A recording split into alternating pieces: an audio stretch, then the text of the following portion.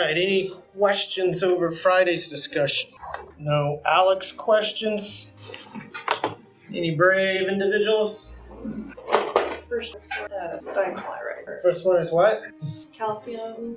Very good. Let's go with that. Calcium. And then what? Chloride, chlorine. All right, chlorine is the element, and we want to use that root and make it into calcium chloride. Now, for a second, I thought I heard you say dichloride. Yeah. You don't want to do that quite yet. What's the charge on calcium? Oh, I heard it. Plus. What's the charge on chloride? 1 minus. Very good. Now, how come I don't say calcium 2 chloride? Why don't I? This is my favorite true and false question. Because calcium always. Absolutely. Those metals that have fixed charges, we don't stipulate this. Alright, so now you're warmed up for the next question here. Name this bad boy right here. I'll do the easy part. So I'll work kind of like I did here. What element is this? Nitrogen. It's nitrogen. I'm going to call it nitride. Now what? Notice I got this one down here too. How are we going to figure out what? Well, let's figure out first the charge on nitride. What's that Roman numeral up above it? Roman numeral V. 5. Alright, so 5 minus 8 equals -3. And nitride is always -3. So why don't I do this one first? I have 1 iron and 1 nitride. What must be the charge of? Right, so this is iron 3 nitride. Now what do you think about this? Let's do it the hard way to impress your friends and family. And we can review the concept about this whole thing. Compounds are electrically neutral. That means they got to have subscripts that give a neutral compound, given the charges of the species. So you'll all like algebra, right? Oh yeah, here. 3x, -4. Something doesn't look right. Yeah, Eric. How about -6? Alright, so I wanted the charge here going in there. Started moving my jawbone and I can't think anymore. Thanks for public speaker. Alright, +6 to each side. X equals what? 2. So this is iron 2 nitride. What's that little mnemonic about flipping the charges? Let me just write this above here. Iron 2 plus. You can imagine that 3 coming down there. This 2 coming down there. So when I look at this and I know the charge of nitride, -3, and I see this 3 here, I can pretty much say iron must be +2. Question. So this is about where we left off. So everybody clear on how to calculate these charges. Count over to the nearest noble gas, count your steps, subtract 8 from the group number. All good ways to figure out those charges. So here's what we just did. Iron nitride is a binary compound. It's this type 2 metal that has various charges, and we have to stipulate what that charge is, the Roman numerals, parentheses, following the name of the metal. Let's just do one more.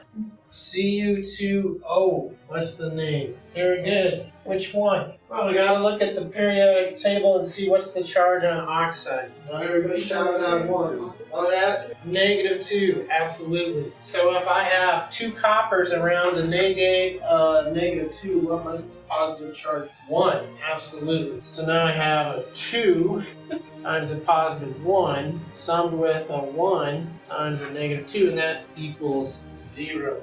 Now that you're warmed up, let's name that an oxide of copper, right? Yeah, copper 2.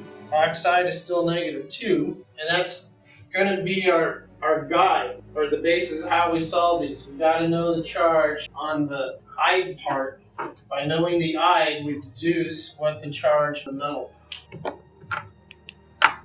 Now, what do you know about sulfur and oxygen? Are they related to each other? Yeah, they're in the same column. So if you know your copper 1 oxide, your copper 2 oxide, you automatically should know your copper 1 sulfide and your copper 2 sulfide. 2 different species of copper 1, copper 2. And then, of course, when we hook them up with sulfide, Don't ever do it like this. I just copied these slides. I should have fixed them up better. So we've been doing this morning. We determined the charge of the metal from the chemical formula of the compound, realizing that the sum of all the charges must be 0. So here the charge of iron in FeCl3, if I know that chloride is -1, and there's 3 of them, must be a +3 in order for the compound to be charged neutral with the 3 chloride anions. So the name of this thing we call iron 3 chloride, using parentheses to tell us the charge.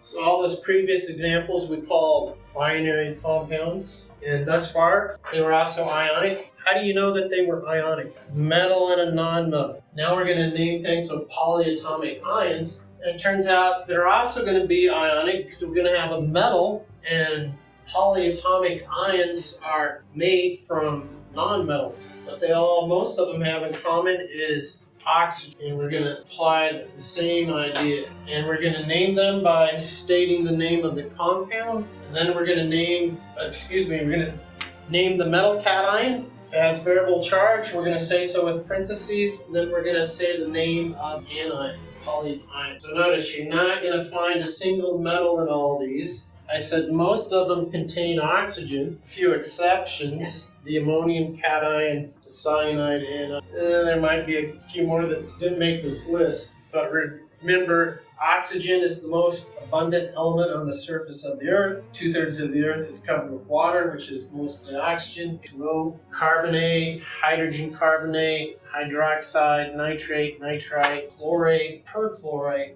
chlorite, hypochlorite. Is that overwhelming yet? Hopefully I'll make it simple.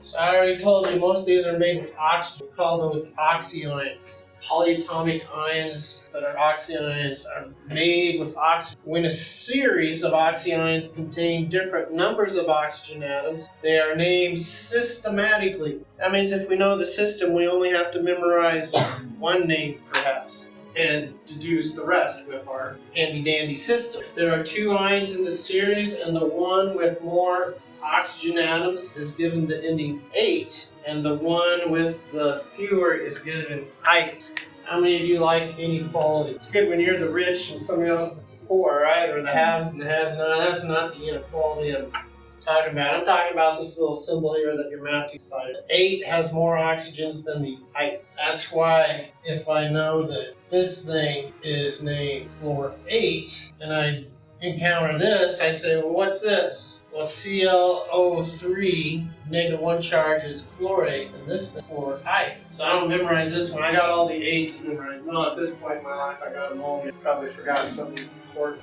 Keeping all those straight. So here we see it down here. Nitrate, nitrite, make sure that's unlocked. Sulfate, SO4 2-, sulfite, SO3 2-. I think nature was kind because some polyatomic ions have -1 charge, some have -2. There's a special one that has a -3. But within a family, they don't change. The chlorate, the chlorite, the perchlorite, the hypochlorite, they all have -1 charge. Like the ones based on sulfur, they're all -2. So a good way to learn these things is say, I'm going to learn that SO4 2- is sulfate. Any other oxyion containing sulfur is going to have a -2 charge. And then with this convention, you keep them all straight. So I like to tell students, how would you like to just remember one thing and then you'd know 12 things? Here it is. If there are more than 2 ions in the series, then the prefix hypo, meaning less than.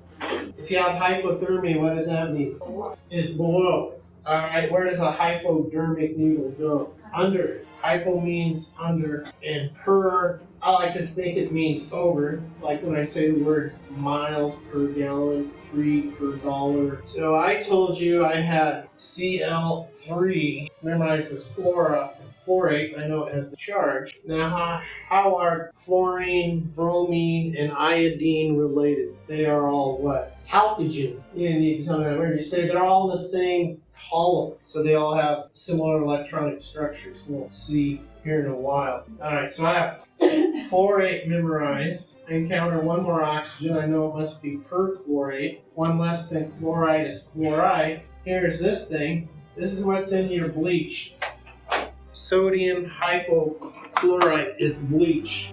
So next time you're at the store buying bleach, read the label. It'll say like 5%. Alright, so I got this one memorized. I encounter this one, I say, oh, bromine's in the same column as chloride. This must be bromite, and BrO3 minus must be bromate. So here's 12 oxyine. If you remember our conventions, I is less than 8, hypo means under, per means over or more than, and Alex, sometimes you have to add the word ion. Hypobromite ion, bromite ion, perbromate ion. Having fun yet? It's not like you're learning a new language.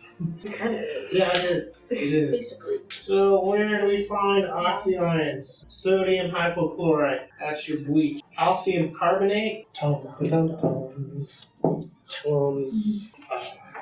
Should you eat a lot of hot dogs? No.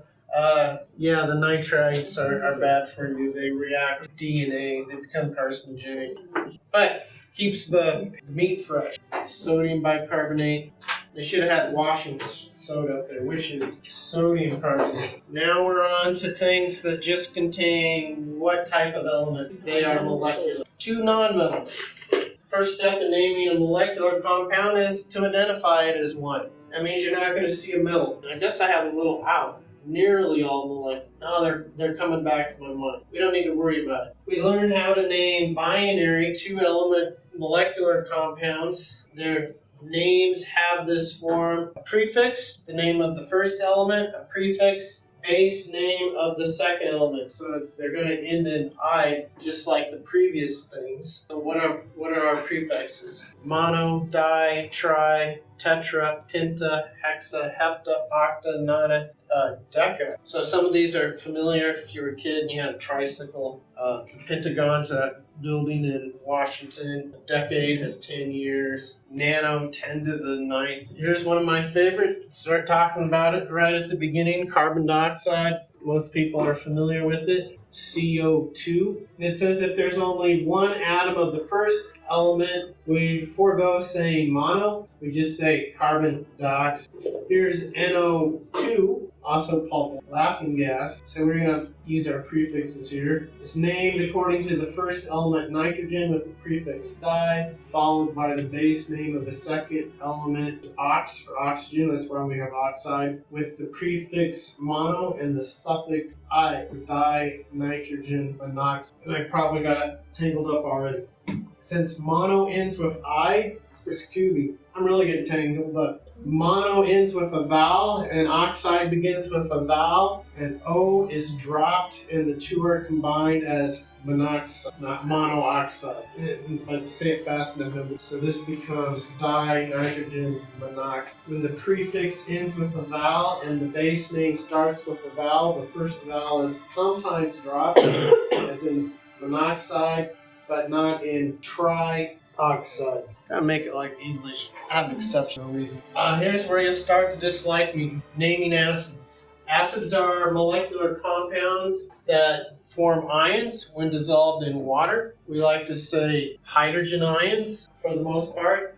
They are composed of hydrogen. That's where the ion comes from. And hydrogen is usually written first in the formula, and one or more nonmetals written second. We can categorize acid into 2 groups. Binary acids, those that contain only hydrogen and a nonmetal, and oxyacids, those containing hydrogen and a nonmetal followed by oxygen. If you want to doctor up your notes, an oxyanion. How many elements? So you see a hydrogen first, you're probably dealing with an acid. There's only 2 elements, and that might need a little clarification because of things like this. I might look at this and see 3 atoms, but there's only hydrogen and sulfur, so you don't want to let that tie you up. Over here, carbonic acid, nitric acid. So now I'm seeing more than 2 elements, right? I'm seeing 3. And most of them are built on polyatomic ions containing oxygen. X is usually a nonmetal. Here it's carbon, there it's nitrogen. Naming binary acids. we use this prefix called hydro, base name of the nonmetal, chopped off and put ic, and then acids. They all end in ic acid. Hydrochloric acid, hydrobromic acid, hydrochloric acid, hydrobromic acid. So notice, we know we need to use this acid convention when we see the subscript aqueous. It tells us this is in solution. So if you tell me, I need some hydrogen chloride, I'm going to bring you a gas cylinder with this gas in it. If you say, I need some hydrochloric acid, I'm going to bring you an aqueous solution of this. We have bottles and bottles of it in the lab, and it comes in certain concentrations. So here's another one. You've been up to Midwest or some of these places. You smell this horrible gas, it's horribly poisonous. What is it? We'll just name it like a binary compound, hydrogen sulfide. Now when we see it like this, we gotta pull out this hydrosulfuric acid. Oxyacids are acids that contain oxyanions. And here we see a list: nitric acid, sulfuric acid. Sulfurous acid, sulfuric acid, sulfurous acid. These acids are combined with one or more hydrogen ions. You see these two have to combine with two. That's because of the charge on sulfite and sulfate. It depends on the charge of the oxy. So if you haven't started already, I'd make a bunch of 3x5 cards and I marked her at the present. Sneaky. I know. Jade. So how do we do it? Should be wrapping things up about it. So let's focus on the nitrate ion. We chop off the 8 and add ic acid when we get to the acid. So this becomes nitric acid. If it ends in ike, we chop that off and add OUS acid, us acid, nitrous acid. So 8. So sulfate's a little weird. It's just an exception, like English spelling. You'll just have to deal with it. Sulfate becomes sulfuric acid. Chlorite, chlorous acid. Chlorate, chloric acid. Acetate, acetic acid. Carbonate. All these work out great except for sulfur is a little weird. Any questions?